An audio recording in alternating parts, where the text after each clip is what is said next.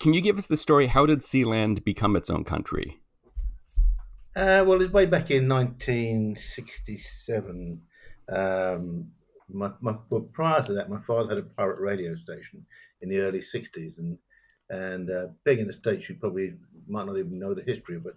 Radio broadcasting in the UK was terrible. There was just the BBC, and the BBC weren't allowed to play music for the kids, so all they had was what they called chamber music. And if, for instance, they wanted to broadcast the Beatles or the Rolling Stones, they would have the BBC orchestra would play the music. The phones and that weren't allowed to do it because they reckoned that it would be too expensive for the performing rights, to pay for the legal Right. time.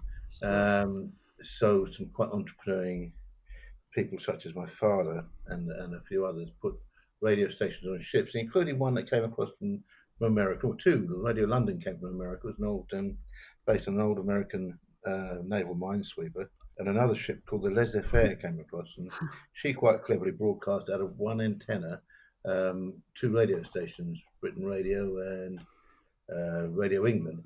But my father took over one of the old wartime fortresses and started broadcasting from there. But the government, being the government, brought in the Marine Offences Act because they don't like things that can't be controlled. And they made it illegal for people to work for the radio stations, to advertise on the radio stations, anything to do with them. And so they cut off the lifeblood for them.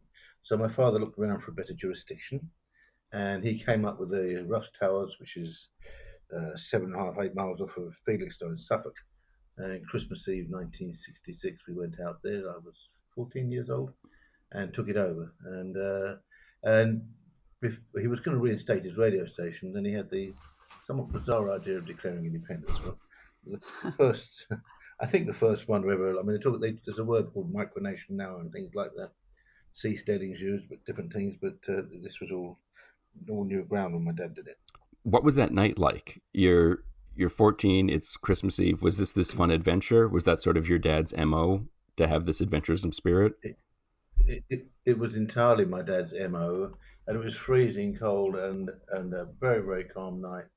And the boat he had was what you describe as a sinker. It was an absolute piece of shit. Am I allowed Yep. to say Yes, Go you for are. it. Always. it ran on a pump all the time, and the belt kept coming off the pump, and so you had to try and get the pump working before the water level came up so high that the belt just floated up every time. So it was quite a dangerous thing he had anyway. But he just took all these things in his stride, and I was brought around up around that kind of stuff. And yeah, there was a piece of like little bit of rope hanging down, and one of the lads climbed up it and put a rope ladder down, and we climbed up and onto the deck, and there was two guys on there that worked for one of the pirate stations, Radio Caroline. We didn't know they were going to be there, and we just took it over. And did you start living on it then, or was this always just a radio station first and nobody really stayed there overnight unless they were broadcasting? We had people there all the time, but there was lots of comings and goings. I mean, my father was struggling financially because the station had been closed down, and he was being fined, and he put our staff at the station on there, and they got taken up by some other lot, and this and that, and eventually I'm out there one day, and there'd been some trouble, and I was 14. I was on the boat with my dad, and one of the lads left, and I said, well, I'll stay there. I'll look after it. And my father said, well, no, you've got to go back to boarding school.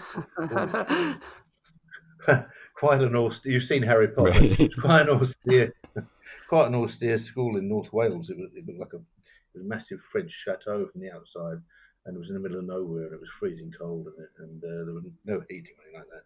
And so this seemed quite an interesting adventure and something different to do. So I managed to convince him, thinking 6 months adventure would be fun, and well, I suppose it's 60 odd years nearly now.